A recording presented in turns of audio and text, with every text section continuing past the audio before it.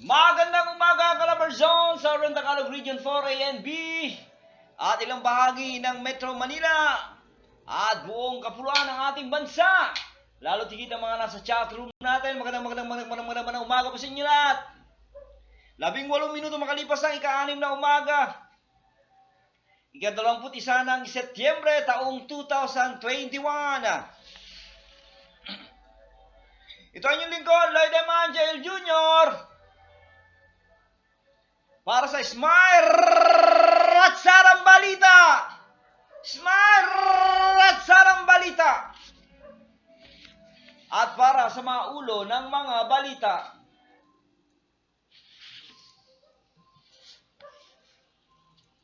Dating Presidential Advisor Michael Yang itinuro ang mga friends na siyang financer ng Pharmaceutical Corporation. Senator Villar at Pacquiao na nanatiling pinakamayaman sa mga senador.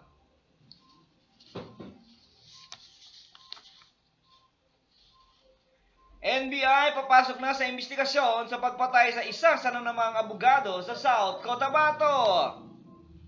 Resolusyon na magpapalawig sa deadline ng voter registration hanggang Oktubre, aprobado na sa plenaryo ng Kamara.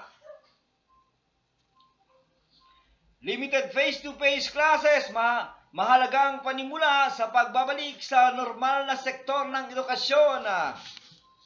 Online cheating sa ilalim ng distance learning, aaksyonan ng DepEd. Malacanang muling iginiit na walang kaugnayan si Pangulong Rodrigo Duterte sa Davao Dead Squad. Mayor Isko, kinumpirma ang nagipagpulong kina Vice President Robredo at Senator Pacquiao para sa 2022 elections. Senator Pacquiao balang pumili ng kanyang katandem sa 2022 elections. Presidential BD Pacquiao, hindi na ikinagulat ni Kusi faction sa PDP laban, hijacking sa partido, itinanggi. Pagkakaibigan ni Pacquiao, Lacson at Soto, hindi masisira dahil sa eleksyon.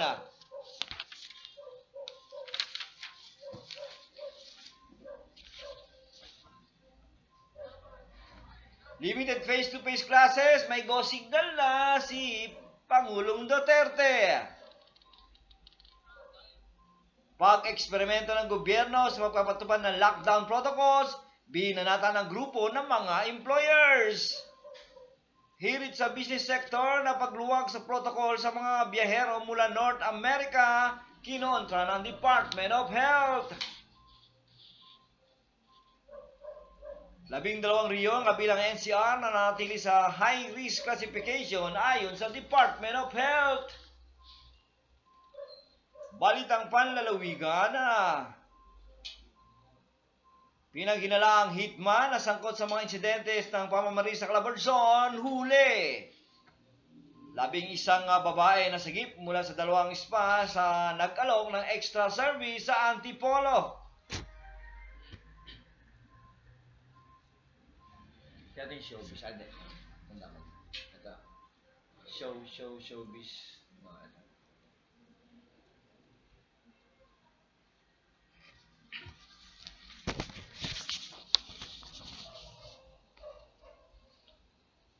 At sa ating balitang showbiz, pusong bato singer na si Alon na maraming ospital ang inikutan bago pumanaw. Oy, Viral Jamil, sinagot ang mga kontrobersya na tanong.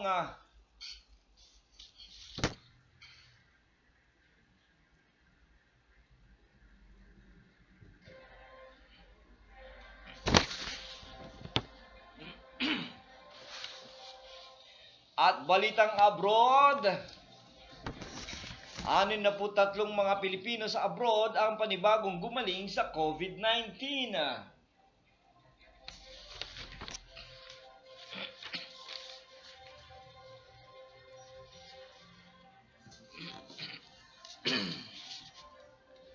Yan po mga ulo ng mga balita.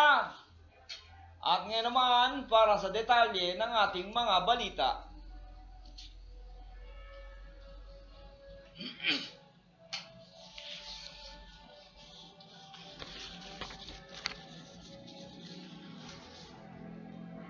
Itinuro ni dating Presidential Economic Advisor at Chinese businessman na si Michael Yang na ang kanyang mga friends o mga kaibigan ang financer ng Parmalee Pharmaceutical Corporation. Sa pagdinig ng House Committee on Good Government and Public Accountability, dumalo siyang na mayroong kasamang interpreter via online. Sa pag-uusisa ni Good Government and Public Accountability Chairman Michael Aglipay, kung pera niyang ang gamit ng kumpanya, maaaring itinanggi ng negosyante na siya ang nagpinance sa Parmalee Pharmaceutical. Batay kay Yang, nag-refer lamang siya ng mga kaibigan ng kailanganin ng tulong para sa mga suppliers at para sa financiers upang makapag-advance payment. Sinabi rin niyang na wala siyang kinalaman o impluwensya sa paggawad ng kontrata sa Parmalee para sa COVID-19 pandemic supplies gaya ng face mask at face shields. Anya, hindi pa niya nagpahiram ng pera sa Parmalee na taliwas sa binanggit ng Senate Blue Ribbon Committee ng ilang opisyal ng Parmalee na si Yang ang kanilang pinanser. Tinanong naman ni Gabriela Party List Representative Arlene Brosas kung sino-sino ang mga kaibigan ni Yang at magkano perang pinag-uusapan. Pero tumanggi si Parmalee Director Ann Colong na isa publiko ito dahil na rin sa Bank Secrecy Law.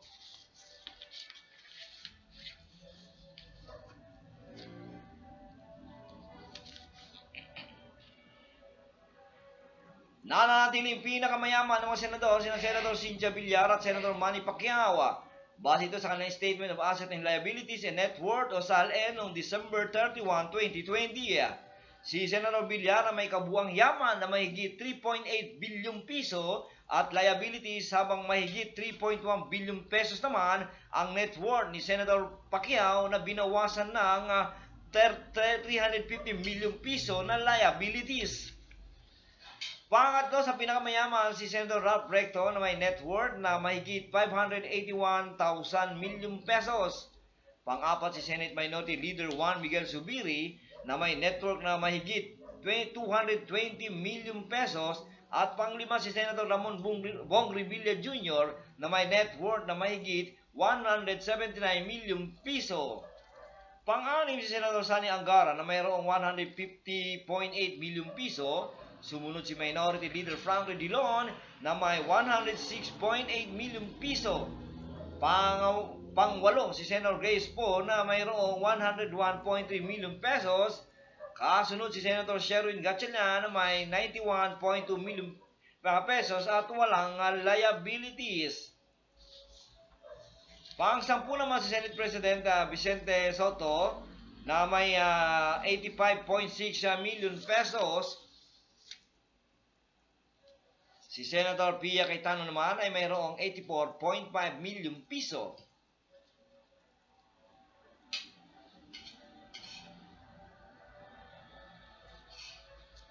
At ang pinakamahirap na senador ay si Senator Laila de Lima na mayroong net worth na 9.5 million pesos.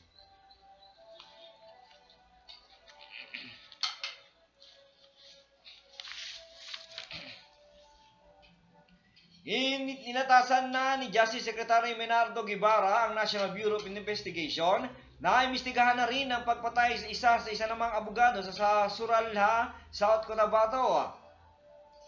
Sa department order ni Secretary Guevara, inatasan nito ang NBI na agad sampan ng kaso ang mga salarin oras na may nakita silang matibay na ebidensya. Si Attorney Juan Gamad Bacababad, 68 taong gulang ay namatay matapos na magtamo ng maraming tama ng bala ng baril at iba't ibang bahagi ng katawan. Si Bacababad ay miyembro ng National of Union of People's Lawyers at Vice Chairman ng Union of People's Lawyers sa Mindanao.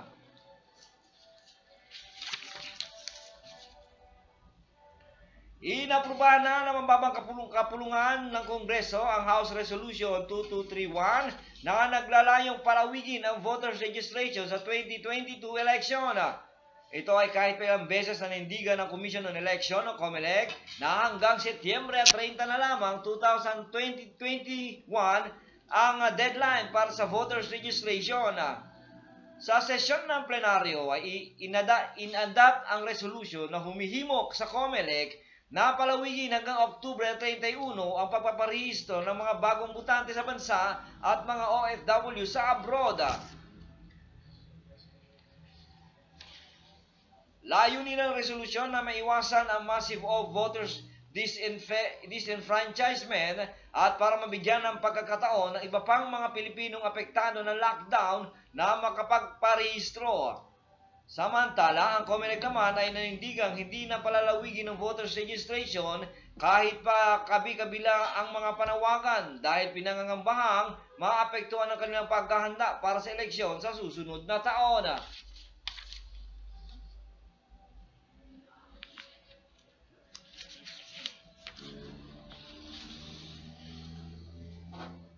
Pinasalamatan ni Committee on Education Chairman Senator Win Gatchalian si Pangulong Rodrigo Duterte sa pag-aproba ng dry run para sa limited face-to-face classes sa lugar na mas mababang ang panganib na hawaan ng COVID-19.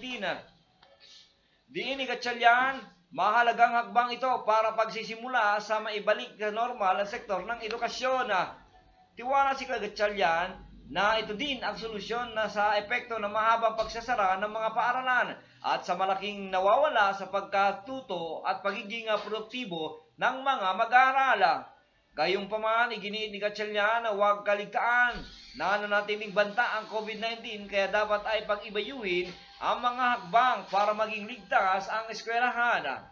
Sabi ni Gatchalian, magagawa ito sa pamamagitan ng mahigpit na pagpapatupad ng health protocols tulad ng physical distancing, pagsuot ng face mask at pagkakaroon ng sapat na supply ng tubig para mapanatili ang kalinisan.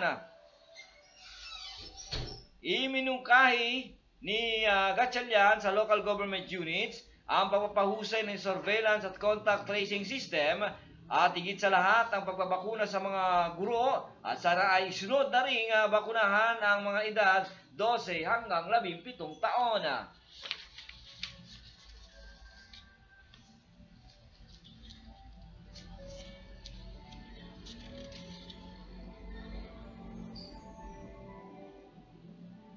Tatlumpung minuto makalipas ang ika-6 ng umaga, ganap na 21 ng Setyembre taong 2021.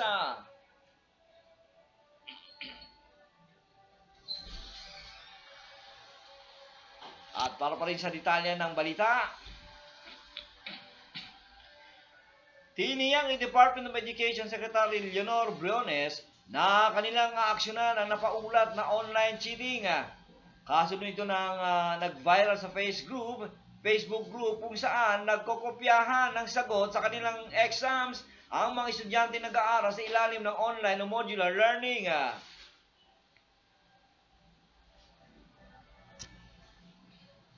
Dagdag pa niya, we are now seeking the assistance of authorities and tracing now kasi meron naman talagang questions yan at saka may key tayo for the answers questions. Kung nag-leak ba yan o napunta sa mga estudyante o nagkopyahan, kailangan imbestigahan na natin yan. Minomonitor na ng National Bureau of Investigation ng mga Facebook pages na ginagamit sa online cheating. Umapila naman si Briones sa mga nakatatandang kasama ng mga estudyante ito na magsilbing mabuting halimbawa at sitahin ang mga mali nilang ginagawa. Ayon pa kay Briones, honest is the best policy and perhaps the best teachers of honesty would also be the adults themselves.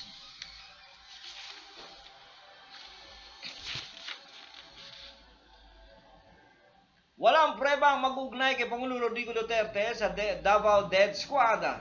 Ito ang ginit ng Malacanang kasunod ng desisyon ng International Criminal Court Naimbestigahan ng umano yung mga pagpatay sa Davao at ang war on drugs ng Administrasyong Duterte.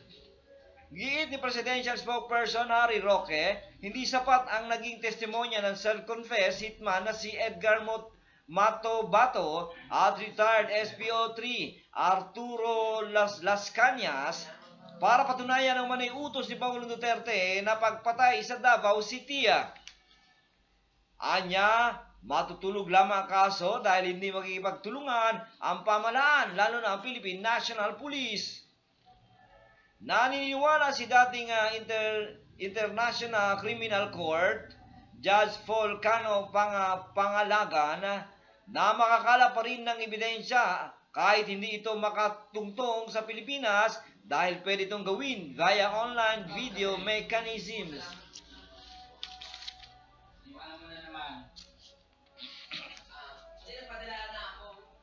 Kinumpirma ni Manila Mayor Isko Moreno Dumagoso na nagkaroon siya ng pulong kasama sina Vice President Leni Robredo at Senator Manny Pacquiao. Gayunman, tumanggi siya magbigay ng mga detalye ukol dito. Umaasa naman ang alkalde na makakapaglabas siya ng desisyon sa mga susunod na araw ukol sa magiging plano niya sa eleksyon.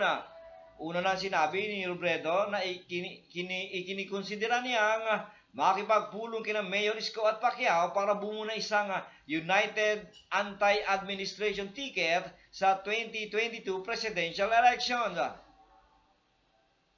Handaan niya siya na maging unity candidate sa darating na halalan. Inanunsyo naman ni Pacquiao ang plano niyang pagtakbo sa pagkapangulo sa ilalim ng PDP laban ng paksyon nila ni Senador Coco Pimentel.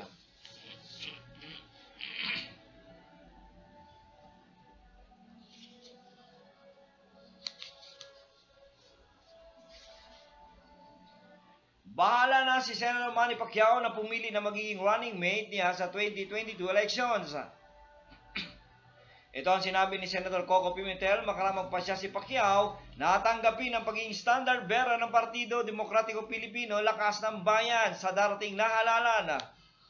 Ayon pa kay Pimentel, maliban sa magiging pambato ng partido sa pagka-vice presidente, ay ikukonsulta rin nila kay Pacquiao ang kanilang senatorial candidates.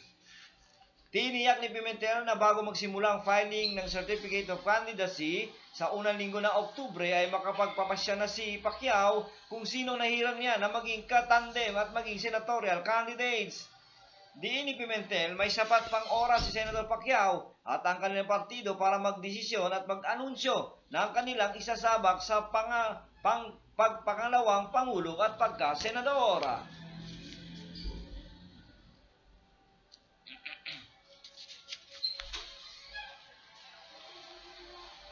Iginiit ang paksyon sa Partido Demokratikong Pilipino Lakas ng Bayan o PDP Laban na pinamumunuan ni Energy Secretary Alfonso Cuse na walang nangyayaring hijacking sa loob ng partido.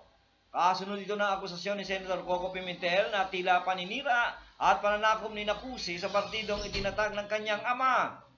Katunayan, sabi ni PDP Laban Secretary General Melvin Matibag, nagsimula ang gulo sa partido na magkaroon ng personal na ambisyon si Senator Manny Pacquiao na maging Pangulo. Anya, hindi na sila nagulat ng formal na i-anunsyo ni Pacquiao ang pagtakbo nito sa May 2022 presidential election. Dagdag pa ni Matibag, mukhang may storyline na talaga, from comedy to drama, probably ending in tragedy.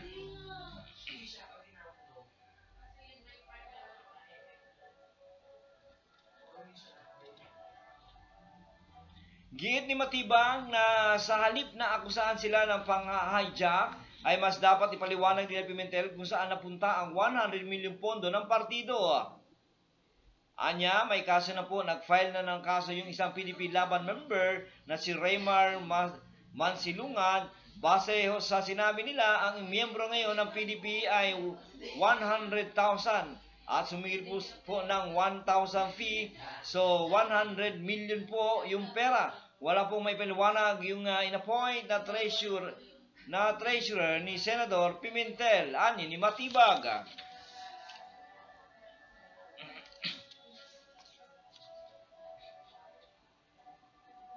Mananatili ang pagiging magkaibigan ni Senator Senate President Tito Soto III, Senator Manny Pacquiao at Panfilo Ping Lacson.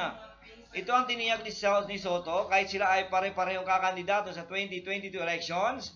Pahayag ni Soto, makaramag pa siya si Pacquiao na kumandidato na maging standard bearer ng Partido Demokratiko Pilipino, Lakas ng Bayan, sa susunod na halalan. Makakatunggali ni Pacquiao sa pagkapangulo si Lacson, nakatandem naman ni Soto. Di ni Soto, isang araw lang naman ng eleksyon, kaya hindi ito dapat makasira sa kanilang pagkakaibigan. Sina Soto, Lacson at Pacquiao ay magkakasama sa grupo sa Senado na binansagang Macho Black.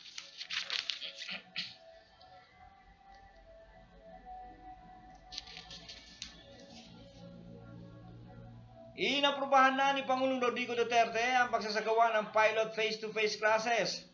Ayon kay Department of Education Secretary Leonor Biones, kailangan pasado sa safety assessment ng kagawaran ang lugar na pagdarausan ng limited face-to-face classes. Pahayag din dapat ang local government unit, dahil lamang ito ang siyang mag-host ng limited face-to-face classes, mayroong written consent mula sa mga magulang o nakahanda ang mga posibilidad ng mga mag-aaral. Sinabi pa ni Briones na 100 public schools at 20 pribadong paaralan na lamang ang kasali sa pilot limited face-to-face classes. Maliban dito, maging limitado ang kapasidad ng mga estudyante para sa naturang setup. Sa kindergarten ay tanging 12 learners lamang ang lalahok sa face-to-face, habang nasa grade 1 at 2 at 3 ay kailangan nasa 16 lamang, at ang mga nasahanay naman ng technical o vocational learners ay lilimitahan sa 20 estudyante lamang. Sa ngayon, wala pang exact date ang pagsasagawa ng limited face-to-face classes, pero ito anya ay agad nilang ipapatupad.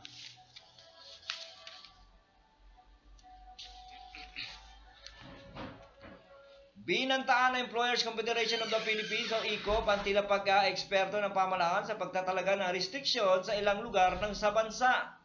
Sinabi ni ECOP President Sergio Ortiz Luis na simula nung inilagay sa Alert Level 4 ang Metro Manila, nasa higit kumulang 100,000 manggagawa pa lamang ang nakakabalik sa kanilang trabaho.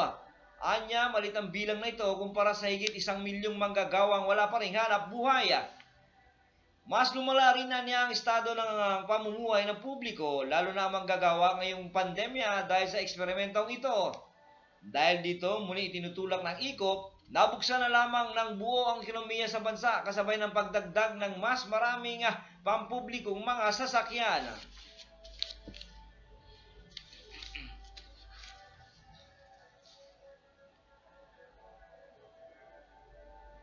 Kontra ang Department of Health sa rekomendasyon ng mga negosyante na luwagan na ang panuntunan para sa mga bakasyonista at biyahero mula sa North America. Iginit ni Health Undersecretary Maria Rosario Bergere na nakabase ng protocols ng bansa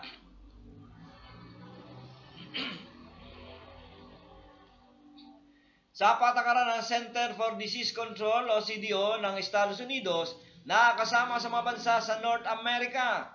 Sa ilalim niya nito, ang pagluluwag ay binibigay lamang sa green countries o mga bansang may mababang banta ng COVID-19.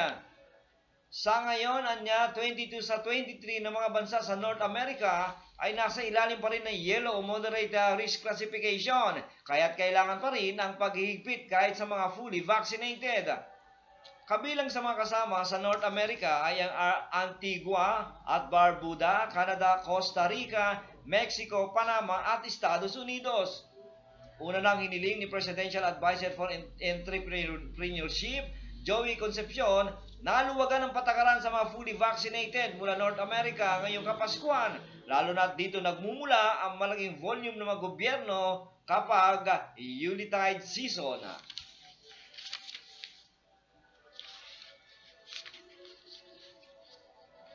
Nananatiling nasa high risk classification ng Department of Health ang Metro Manila at 11 pang rehiyon sa bansa. Sa harap ito na patuloy na mataas na kaso ng COVID-19 at malaking bilang ng mga okupadong kama at ICU sa mga ospital. Ayon kay Health Music Maria Rosario Vergery, umakit na sa 39.56 ang average daily attack rate sa Metro Manila. Kasama rin sa 12 rehiyon ang Cordillera Administrative Region, Region 2, Region 4A, Caraga, Region 3 at Region 11. Batay sa datos ng Department of Health, nasa 70.57% pa ang bed utilization sa mga ospital sa Metro Manila at 76.64% naman ang ICU utilization.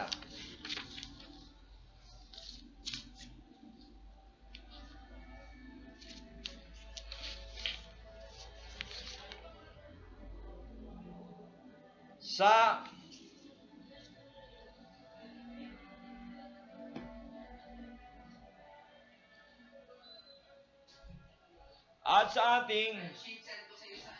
ating balitang panlalawigan,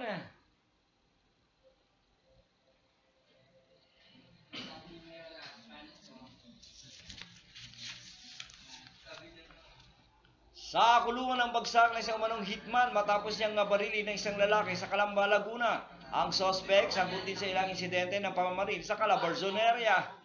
Bagamat hindi pa nakuna ng aktual na pamamaril, nakita sa CCTV ang mga patakas na suspect mula sa crime scene. Critical sa ospital ang 51 taong gulang na biktima na si Elpidio Fernandez na sapul sa ulo. Ayon pa sa Chief of Police ng Calamba, may pointer sila dyan. Ina-identify nila kung sino yung target, then nakamotor sila. Pagka na-spot na nila yung target nila, babarilin nila roon. Immediately, ang ginagawa ng tropa natin, nag-backtrack ng mga CCTV doon sa Aplan. Sabi ni Police Colonel Arnel Pagulayan, Chief of Police ng Calamba City. Nadakip sa hot pursuit ang primary target ng Calamba City Police na si John Marco Sandoval, umano'y hitman sa pamamaril sa Calamba at 3 pang shooting incident sa Laguna at Batangas.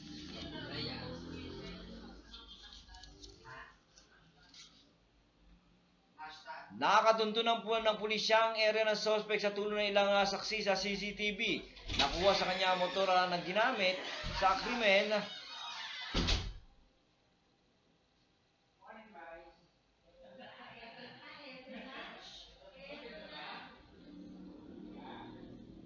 Sinabi ng Antipolo City LGU na sabay na ni-raid ng Philippine National Police Women and Children Protection Center at ng City Social Workers ang NETC Stats Massage Spa at Miyutu Spa sa barangay Mayamot, Rizal, Laguna.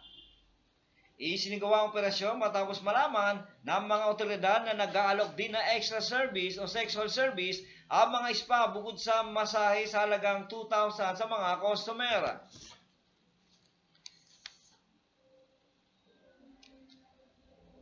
Taga Quezon City ang 6 na mga nasagip, habang taga Antipolo ang 5 pa. Nasa kampo krame na mga babae habang patuloy ang investigasyon.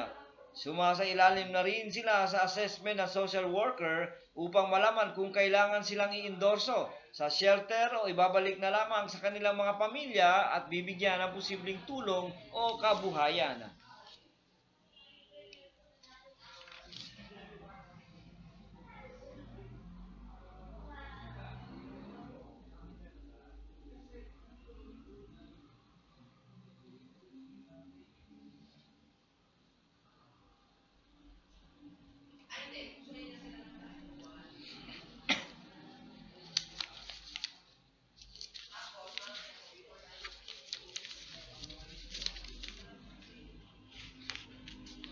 At sa ating balitang abroad, pumanaw na si Alon noong Setyembre 15, 2021 dahil sa karamdaman. Ayon kay Lito, nagpapalitan sila ng text message ni Alon at nabanggit umano ng huli na nagkaroon siya ng lagnat. Gayunpaman, sinabi umano sa kanya ni Alon na maayos naman ang kanyang pakiramdam. Sumunod dito ay sinabihan siya na medyo nawawala ang lagnat niya pero bigla siyang nanghina. Hanggang nag-video call umano sa kanya si Alon na nanghihina na para ipaalam sa kanya na maghahanap na sila ng ospital na mapupuntahan. Ayon pa rito, Maraming ospital ang inikutan para kay Alon pero hindi raw ito na-admit dahil sa punuan na. #MLB kilalanin. Si Alon ay singer ng Pusong Bato.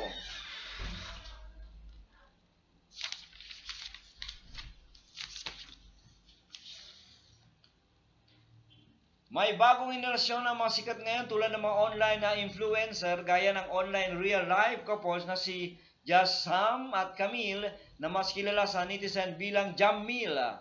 Ang content ng kanilang vlog ang tungkol sa kanilang relasyon, mga prank at challenge. Pumatok naman ito sa netizen kaya't umabot na sa ngayon sa milyong-milyong ang kanilang followers at subscribers. Ang dating katuwaan nagbigay sa kanila ng oportunidad hindi lang para sumikat kung hindi pa rin kumita at umasenso sa buhay.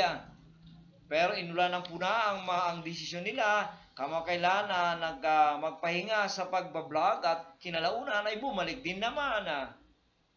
Sinagot ng dalawa ang kontrobersyal na tanong sa kanila kung nakatulad ng mga pagiging cheater.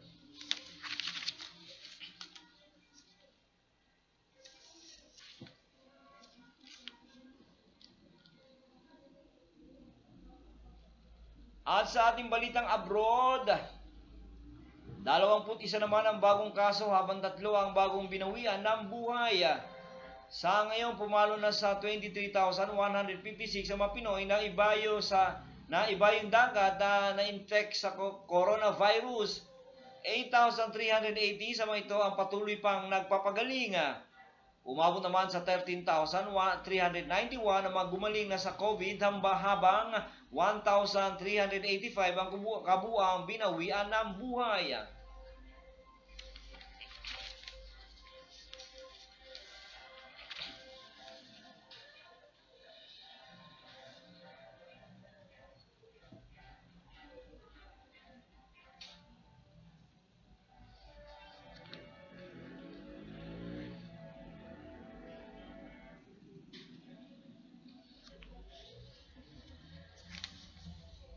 Yan po ang mga detalye ng ating balita.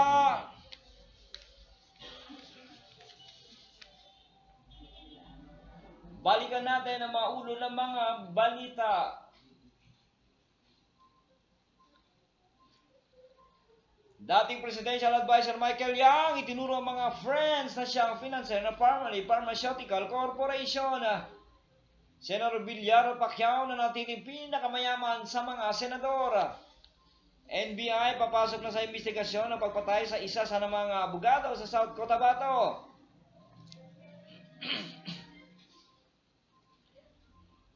Resolusyon na magpapalawig sa deadline ng voters registration hanggang Oktubre aprobado na sa plenaryo ng Kamara. Limited face-to-face classes, mahalagang panimula sa pagbabalik sa normal na sektor ng edukasyon. Online cheating sa ilalim ng distance learning, aaksyonan na ng DepEd. Malacanang muling giniit na walang kaugnayan si Pangulong Arroyo Duterte sa Davao Death Squad. Mayor Isko Moreno kinumpirmang nakipagpulong kina Vice President Robredo at Senator Pacquiao para sa 2022 election. Senator Pacquiao bahalang pumili ng kanyang katandem sa 2022 elections. Presidential bid ni Pacquiao hindi nakikinagulat ni Kusi faction sa PDP laban, hijacking sa partido itinanggi. Pagkakaibigan ni Pacquiao, Lacson at Soto hindi masisira dahil sa eleksyon. Limited face-to-face classes, may go signal na si Pangulong Rodrigo Duterte. Pag-eksperimento ng gobyerno sa pagpapatupad ng lockdown protocols, binanata ng grupo ng mga employers. Hirit ng busy sector na pagluwag sa protocol sa mga biyahero mula sa North America kinontra ng Department of Health. 12 rehiyon kabilang ng NCR na nanatili sa high-risk classification ayon sa Department of Health.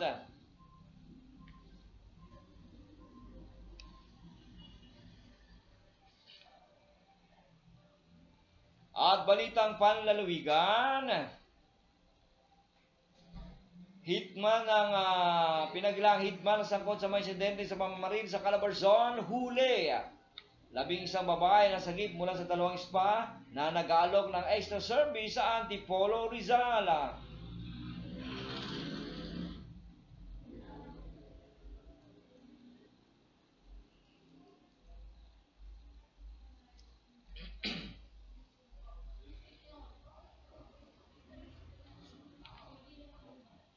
At balitang showbiz. Pusong batong singer na si Alon, maraming ospital ang inuputan bago pumanaw. Jamil sinagot ang mga kontrobersyal na tanong.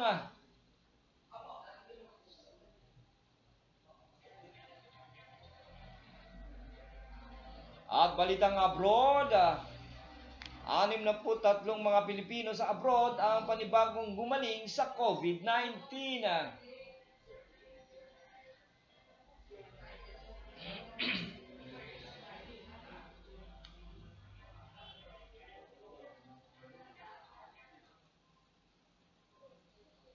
Yan po ang mga ulo ng mga balita.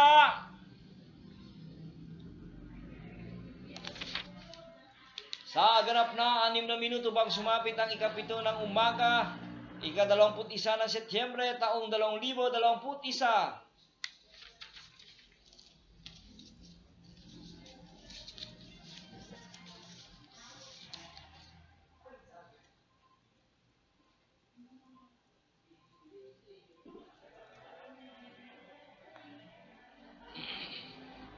Maraming salamat sa inyong pong pagsubaybay at patuloy na pagtangkilik sa 102.1 FM Smile Radio.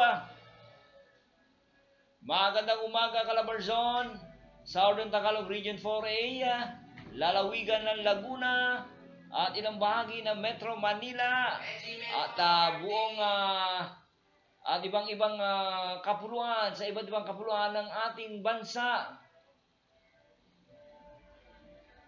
So bago po tayo mag-end, binabati ko ang aking asawa, nasa bahay, nakikinig sila. Good morning Los Baños, Laguna, si Tita Bebot.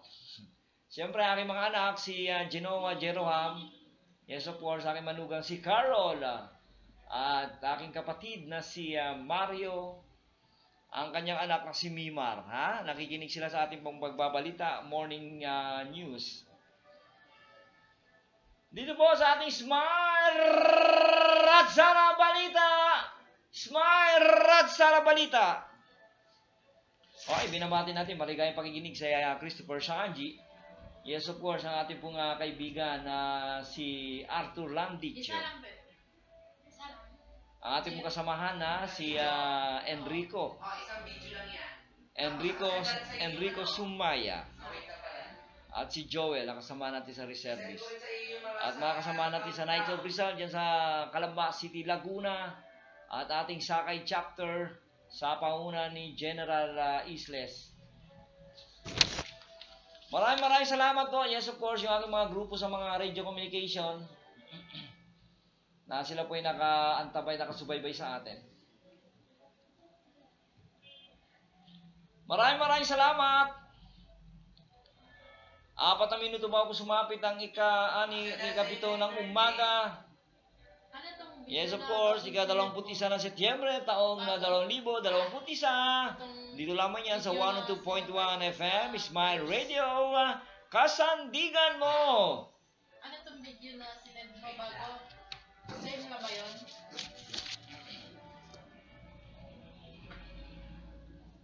Ay, mali. Tama. Ano ba?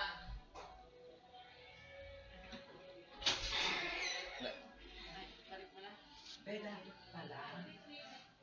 Hindi mo dito pipindutin. extra na. Extra, sige. Dapat pala, dito mo i-end dahil hindi dito. Kasi napuputol siya. Dapat pala i-end. Pagkatapos naman niya, tsaka po lang. Maraming salamat po sa inyong pong pagsubaybay dito po sa ating Kasi kahapon putol. Wala yung ending. Smile Ratsala Balita! Smile Ratsala Balita! At abangan niyo po ang susunod na programa. Ang programang Magandang Los Baños. Sa ganap na 3 minuto bago sumapit ang ikapito ng umaga, maraming salamat po sa inyo pong pagsubaybay. Ito po si Lloyd M. Anjael Jr.